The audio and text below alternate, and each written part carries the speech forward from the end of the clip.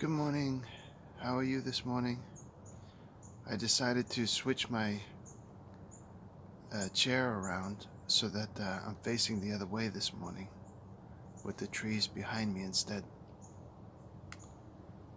I can hear the whoosh of the cars. Sunrise this morning, 7:54 a.m. and right now I believe it's around 7:58. I just set up at sunrise and so the sun's still coming up, but I think in the early morning the air is thinner and I can hear the cars in the distance whooshing as people drive on the way to work. It seems like the sound travels further, and I hear an airplane in the distance. It's a beautiful morning out here. That airplane is kind of loud. The sound really travels, I think, in the morning. I don't know if that's true. Is the air thinner first thing in the morning so that the sound travels more? I don't know.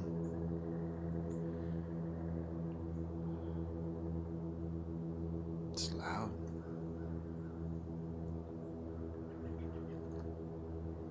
I hope you're having a great day. I hope you're off to a good start this morning. Let's see what I wanted to talk about this morning. I watched a podcast yesterday with Joe Rogan and Glenn Greenwald. I saw a meme somebody posted. It said, Joe Rogan is the new mainstream media. And I thought that was funny. This podcast you can put on double speed, and they're talking about persecuted journalists like Snowden and Julian Assange and things like that. And they quickly move into their coverage of Hunter Biden. And so it's funny because of the timing of this release of information that they had. I'm from Canada, but we get overflow of American political news. And as I'm watching the Joe Rogan podcast, I look up in the top right corner on the YouTube of what ad is scheduled to be played next, or what video is scheduled to be played next. And the next video scheduled to be played is Fox News covering the suppression of the information on Hunter Biden, which really is not suppressed at all because it ends up having the same effect. It reaches the voter. In Canada, we live in a socialist country. In Canada, we have high taxes and universal health care, things like that.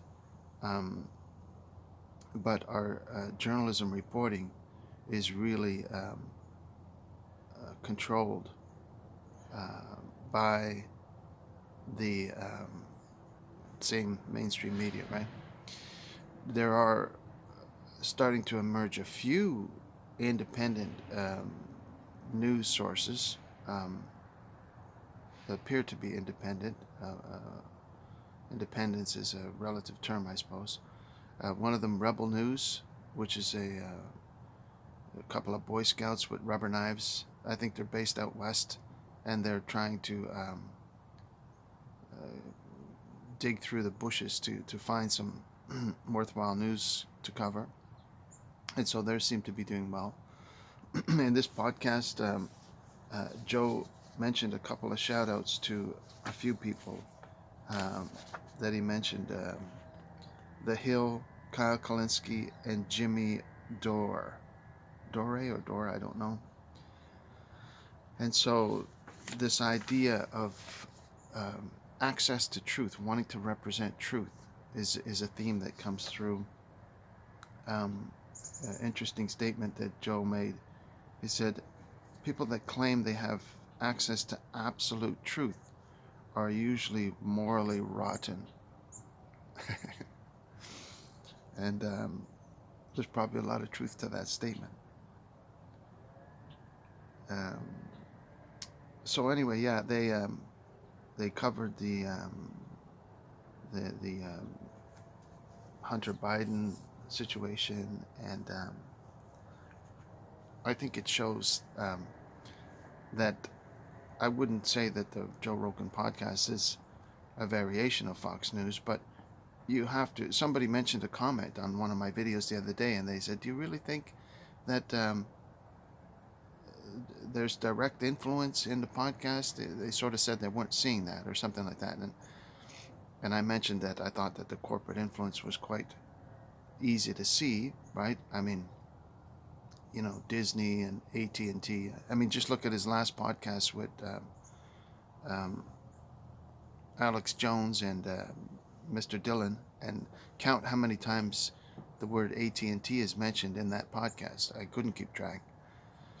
But anyway, that's obviously necessary for the financial machine to achieve what it wants to achieve. And you have corporate interest, you have political interest, and they kind of overlap.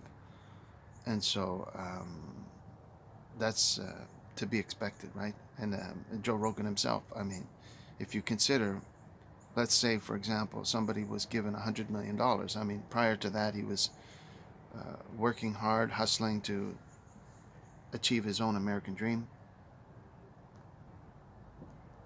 If somebody comes along and plunks down $100 million,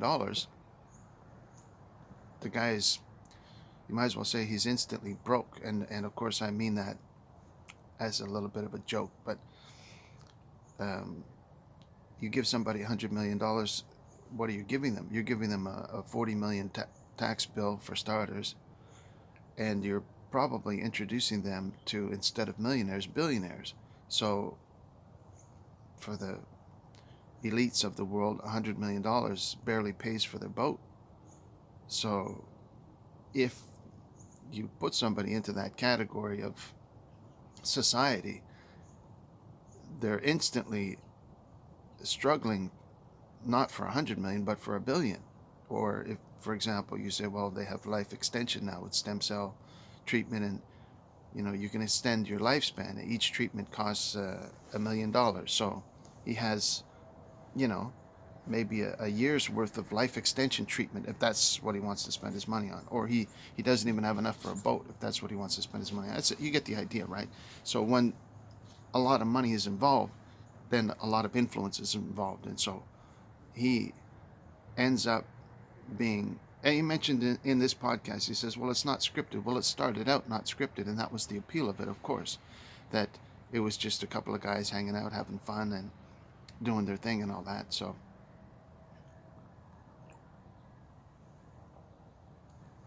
but now, of course, there's a lot of influence that has to be addressed, and depending on the podcast, they'll try and cram everything into a single podcast, probably so that they have more freedom to chill out and smoke dope in the next one. So anyway, they talked about the difficulty for journalism, or the difficulty for accessing and communicating truth in the world today, and how that's evolving. He gave a couple shout outs to Milo Yiannopoulos. I don't know how to pronounce his last name. And I briefly read some of Milo's work. He has a book where he basically pisses off everybody. He lists why everybody doesn't like him. And I really like this Milo fellow, how he communicates, and how he expressed a certain amount of fearlessness. Now, I haven't heard him too much because, the winds of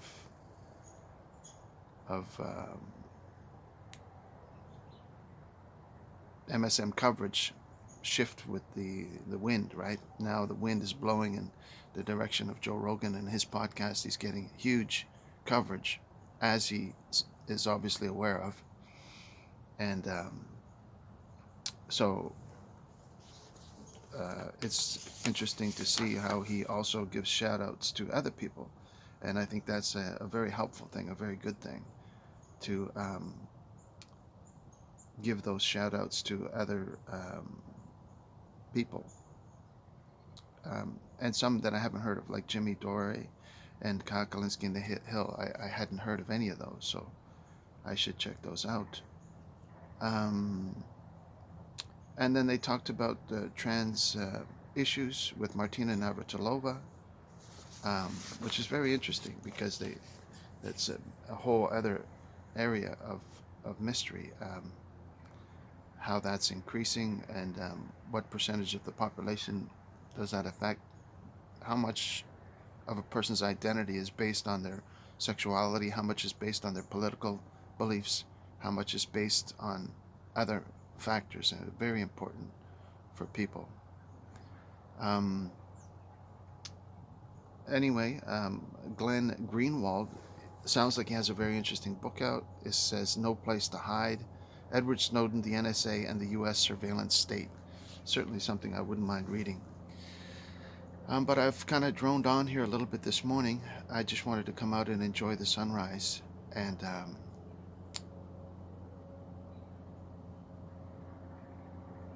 listen to all the strange morning sounds.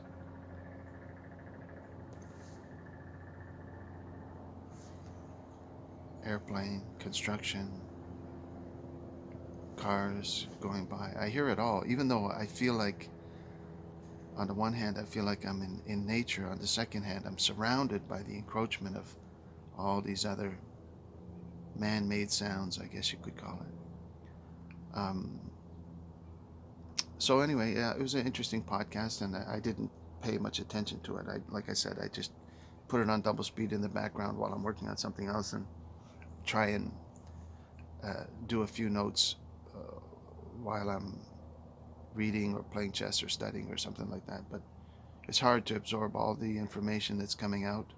The U.S. is having their election next week, or in process right now.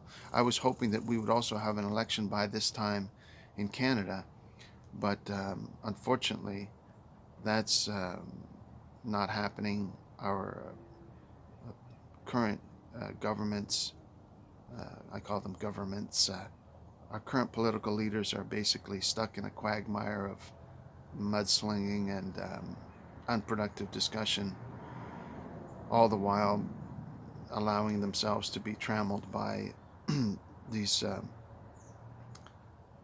the current, what you could call the current global agenda, right? The current global efforts. It's hard to know when you're in the dark whether this is the machinations of the advent of AI going live, and it's kind of having a slow start to the new nation-state reality, and Canada comes up in that model as a B level state. We're not an A player by any means, by the looks of it, and so we're kind of just going along for the ride and seeing where it leads right now. It may not be too bad. I mean, I may regret saying that, but I mean, just my opinion, that the new, I would never want to use the phrase new normal, but the new political environment that we're in here is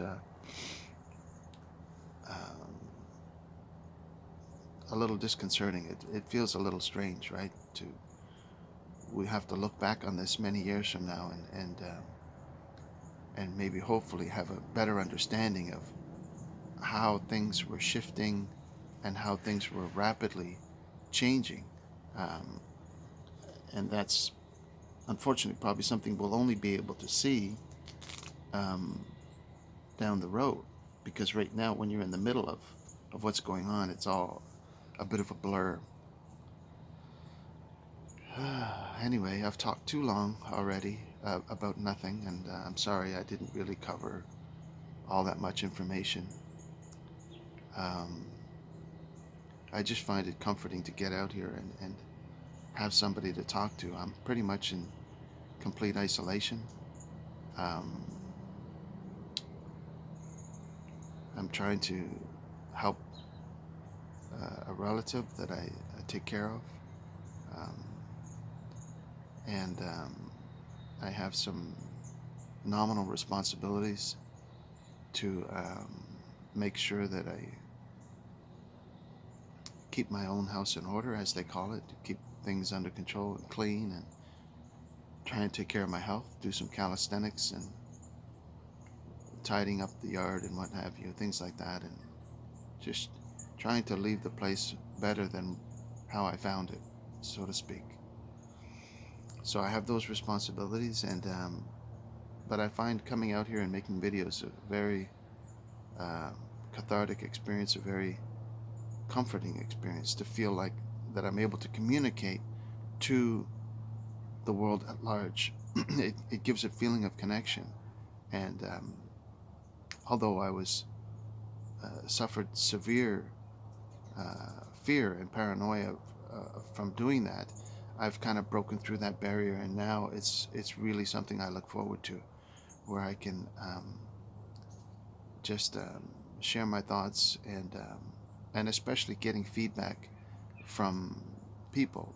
Most of it has been very positive so far, and I'm thankful for any feedback. So kind of a long meandering video this morning. I wanted to get up with the sunrise, and I did do that, and looks like we're going to have a bit of a gray day today, maybe a little bit misty, a little bit foggy, but praise God, it feels good to be alive. I hope you're doing well wherever you are, and I hope you have good success in the election that's happening next week. It sounds like Trump will be out there um, saying how it's the biggest victory of ever, or something like that. I can only speculate. I don't know how the election is going to go. I would have to guess that Trump would get reelected, and you know, they'll move forward based on that, and that may precipitate a lot more rapid changes as soon as that's kind of over and done with. I think it'll be a catalyst for kind of like some new dynamic changes in the fabric of North American society. I can include myself in that, because when the U.S. coughs, we up here in Canada, we catch the cold, so to speak, or we're directly dependent upon a lot of policy that affects us. Anyhow, you know what I mean. So yeah, that'll be interesting to see. That's coming up next week, and we'll probably be watching those results quite closely. And our own, as I say, our own current political system is stuck in the mud currently, and not much happening. But praise God, we're not at war, and we are able to live and continue on and persevere and try and be a better person today than we were yesterday. So that's the goal, and I pray you have a blessed day. Thank you so much for watching, and we'll talk to you later. Take care now. Bye-bye.